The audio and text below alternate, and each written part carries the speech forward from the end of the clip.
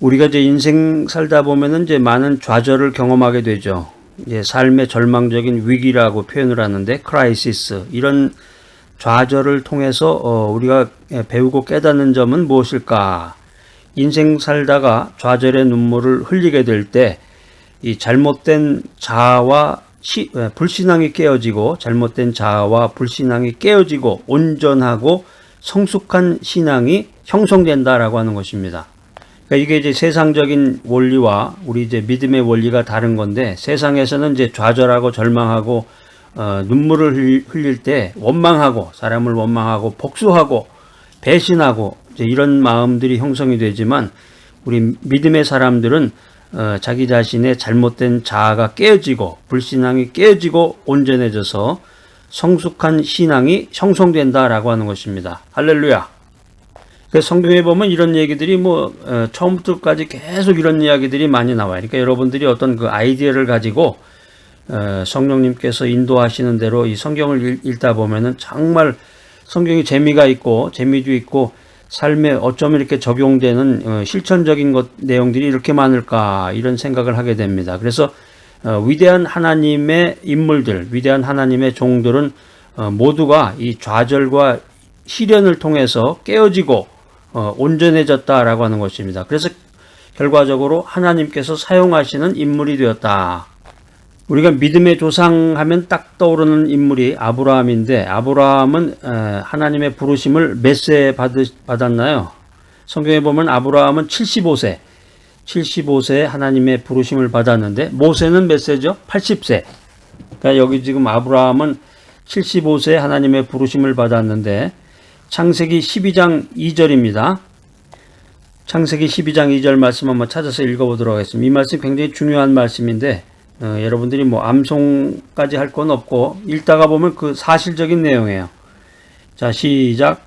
내가 너로 큰 민족을 이루고 내게 복을 주어 내 이름을 창대케 하리니 너는 복이 될지라.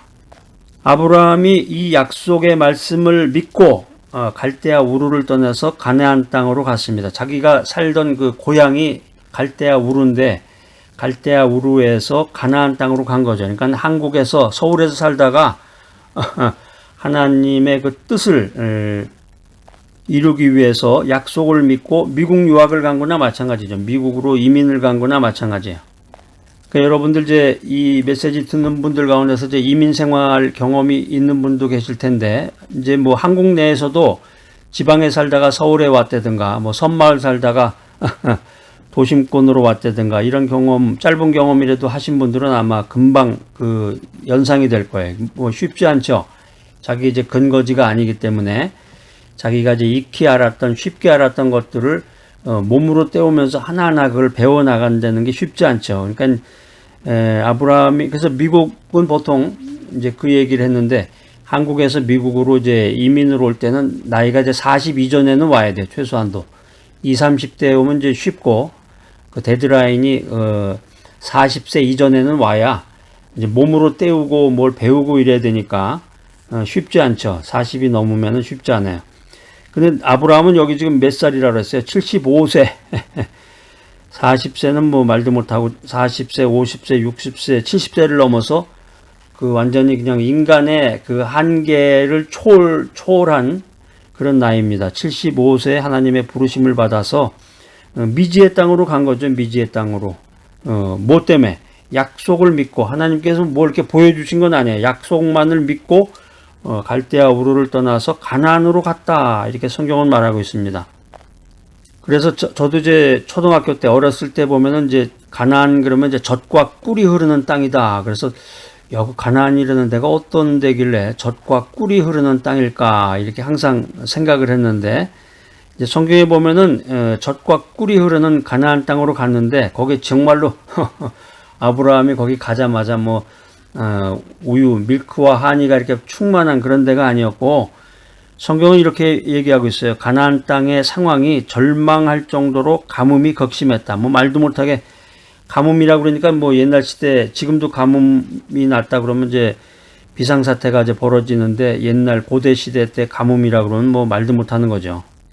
당장 사람들이 먹을 게 없고 마실 물이 없는 건데, 그래서 아브라함이 끌고 온 짐승들이 굶어 죽었고 아브라함이 데리고 있었던 이 종들이 자기 살 길을 찾아서 뿔뿔이 흩어졌습니다. 자, 여러분 같으면 이런 상황에서 어떻게 하겠어요? 야, 이게 속았나 보다. 달콤한 유혹에 빠져가지고 젖과 꿀이 흐르는 그 가나안 땅이라 그래서 왔더니 야, 이게 뭐냐. 그러니까 아브라함이 이 상황에서 아주 깊은 회의에 빠져서 좌절했습니다. 자, 그런데 우리가 성경을 연구해 보면은 아브라함이 이런 곤경에 빠진 것은 아브라함이 하나님의 말씀에 전적으로 순종하지 않았기 때문이다. 이런 사실을 성경은 말해주고 있는데 그게 뭐냐면 이제 고향 친척 아비의 집을 떠나라. 성경에 이렇게 말하고 있는데 고향 친척이었던 아버지의 집을 떠나라는 이 하나님의 말씀에 아브라함이 온전히 순종하지 않고 자기가 갖고 있었던 아브라함이 이제 부자였어요. 그때 당시에도. 재물이라든가 또 조카를 데리고 가요. 조카 롯을 데리고 조카 롯과 종들을 거느리고 떠났기 때문이다. 우리가 성경을 연구해 보면 이제 이런 사실을 알 수가 있습니다. 그래서 결국 아브라함은 고난의 과정을 통해서 하나님께 순종하는 방법을 배우고 하나님께 대한 믿음을 배우고 마침내 믿음의 조상이 되었다. 이렇게 성경은 말하고 있습니다. 이 방송 들으시는 분들 가운데서 혹시 좌절의 눈물을 흘리고 계시는 분들, 내 주변에 있는 사람들 가운데서 좌절의 눈물을 흘리고 계신 분들이 있으면 우리가 믿음 가운데서 권면하고 기도하면서 이 좌절을 통해서 삶의 절망적인 위기를 통해서 잘못된 자아와 불신앙을 깨고 온전하고 성숙된 신앙으로 성숙하고 발전해 나가라. 이렇게 권면하고 기도해야 되겠습니다. 우리가 이제 인생 살면서 보통 쉽고 편한 거를 원하죠. 이 신앙생활도 마찬가지예요. 믿음 생활도 기쁘고 즐겁기보다는 인생살이를 이제 고해라고 그러는데 어렵고 힘든 일이 많은 것처럼 이 신앙생활도 기쁘고 즐겁기보다는 어렵고 고통스러운 경우가 많다라고 하는 것입니다. 그런데 우리가 기도하면서 말씀을 묵상하면서 가만히 생각해 보면 이 고통과 시련이 결국에 가서는 내 믿음에 유익이 되는구나 이걸 알게 됩니다. 자, 오늘 이 메시지 들으시는 분들 한번 생각해 보세요. 여러분들이 어렸을 때부터 쭉 초등학교, 중학교, 고등학교 그다음에 청년 거쳐가지고 대학교를 들어가신 분도 있고 그렇지 않은 분도 계시겠지만 쭉 성장과정 20대, 30대, 40대, 50대, 60대 이렇게 쭉 생각해 보세요. 힘들고 어려웠던 일 엄청 많잖아요. 사람만 만나면 그냥 자기 그 옛날 과거 얘기하고 막 이러는데 가만히 생각해 보면 야, 지금 내가 현재 살아있으니까 살아있고 자기 하고 싶은 거 지금 다 하고서 지금까지 온 거 아니에요? 어쨌든지 이 고통과 시련의 과정을 겪으면서 내가 믿음을 가지고 있구나. 결국에 가서는 이 고통과 시련이 나에게 유익이 됐구나 하는 사실을 알게 됩니다. 그 사실을 깨닫는 순간 어떻게 되겠어요? 할렐루야! 하나님 감사합니다. 하나님께 감사의 찬양을 드리고 주님의 뜻을 이루기 위해서 더욱더 헌신하고 믿음 가운데서 경건한 생활을 해나가야 되겠습니다. 믿음 가운데서 경건한 생활을 한다. 이거 자기 자신만 잘 먹고 잘 살고 나 혼자 천국 가면 끝나는 거지. 거기까지겠지. 그렇게 생각하지 마시고 말씀을 통해서 우리가 하나님의 뜻을 알아야 돼. 하나님의 궁극적인 뜻은 어디 있느냐. 복음 전하는 데 있는 거죠. 인생을 살아가는 그 베이직, 제일 기본은 하나님을 사랑하고 이웃을 사랑하는 것이고 하나님의 뜻을 이루는 베이직은 어디 있느냐. 주의 말씀을 전하는 거예요. 복음 전파. 그러니까 여러분들이 복음 전파를 하는 분들을 위해서 기도하시고 여러분들이 복음 전파를 또 하셔야 되고 전도해야 되겠지만 복음 전파를 위해서 헌신하고 그것을 위해서 기도하는 사람들을 위해서 여러분들이 물질적인 도움을 그들에게 줘야 됩니다. 여러분 한번 생각해 보세요. 비바람과 찬이슬을 맞고 핀 야생화가 더욱더 진한 향기를 내품듯이 우리 믿음의 사람 그리스도인의 신앙도 환난과 역경 가운데서 더욱더욱 성숙해진다. 이 사실을 알고 깨달아야 되겠습니다. 성숙한 신앙이라고 말씀하시는데 그 성숙한 신앙이란 도대체 무엇인가요? 저기 뒤에 계신 분이 이렇게 손들고 질문을 하시는 것 같은데 성숙한 신앙을 이제 세 가지로 압축해서 말씀을 드린다 그러면 엑기스만 간단하게 말씀을 드린다 그러면 성숙한 신앙이라고 하는 것은 하나님을 믿는 거예요. 하나님의 절대적인 주권을 굳게 믿는 것입니다. 하나님을 믿어라. 하나님의 절대적인 주권을 믿어라. 또 두 번째는 합력하여 선을 이루시는 하나님을 믿어라. 또 세 번째는 사랑을 실천하라. 구약성경 잠언서 3장 5절로 6절 말씀입니다. 너는 마음을 다하여 여호와를 신뢰하고 내 명철을 의지하지 말아라. 너는 범사에 그를 인정하라. 그리하면 내 길을 지도하시리라. 그러니까 범사에 모든 일에, 인생의 모든 일, 내 인생이 잘 풀릴 때나 안 풀릴 때나 좌절의 눈물을 흘릴 때나 이 범사의 모든 일에 하나님을 인정하고 하나님의 주권을 인정하면은 하나님께서 내 인생길을 인도해 주신다. 이것이 이제 하나님의 절대 주권을 믿는다는 것입니다. 인생 살아가면서 힘든 일들이 많아요.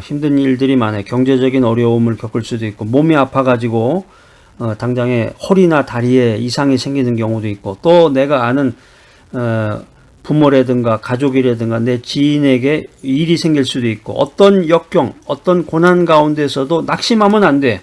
어떤 역경과 고난 가운데서도 절대로 낙심하지 말고 합력하여 선을 이루시는 하나님을 바라보고 하나님을 믿어라. 합력하여 선을 이루시는 하나님만 굳게 믿고 나아가라는 것이죠. 인생을 살아가는데 이 신앙생활의 기본은 하나님 사랑, 이웃 사랑이라고 그랬는데 우리가 이 세상 살아가면서 얼마나 삭막하고 메마른지 모릅니다. 이런 현실 속에서 우리는 성숙한 신앙에서 나오는 이 사랑의 열기를 가지고 세상을 밝고 맑고 환하게 만들어가는 그런 신앙인이 되어야 되겠습니다. 요즘 이제 사람들이 모여서 대화 나누다 보면 야, 요즘에 참 세상이 참 말세야 말세 그러면서 뭐 TV 뉴스에 나오는 얘기를 가지고 뭐 대화 나누고 여러 가지 이야기를 하는데 오늘날과 같은 세상에서 하나님께서는 성숙한 믿음의 사람을 요구하고 계십니다. 하나님의 절대적인 주권을 믿고 합력하여 선을 이루시는 하나님을 믿고 그리스도의 십자가 사랑을 실천하는 성숙한 신앙으로 하나님을 기쁘시게 하는 그런 귀한 삶을 살아야 되겠습니다. 자, 오늘 이 귀한 메시지 들으시는 여러분들 좌절의 눈물 가운데서 낙심하지 마시고 하나님의 절대적인 주권을 굳게 믿고 합력하여 선을 이루시는 하나님을 믿고 또 사랑을 실천하는 성숙한 신앙을 가진 귀하고 복된 여러분 모두가 되시기를 간절히 기대합니다. 할렐루야.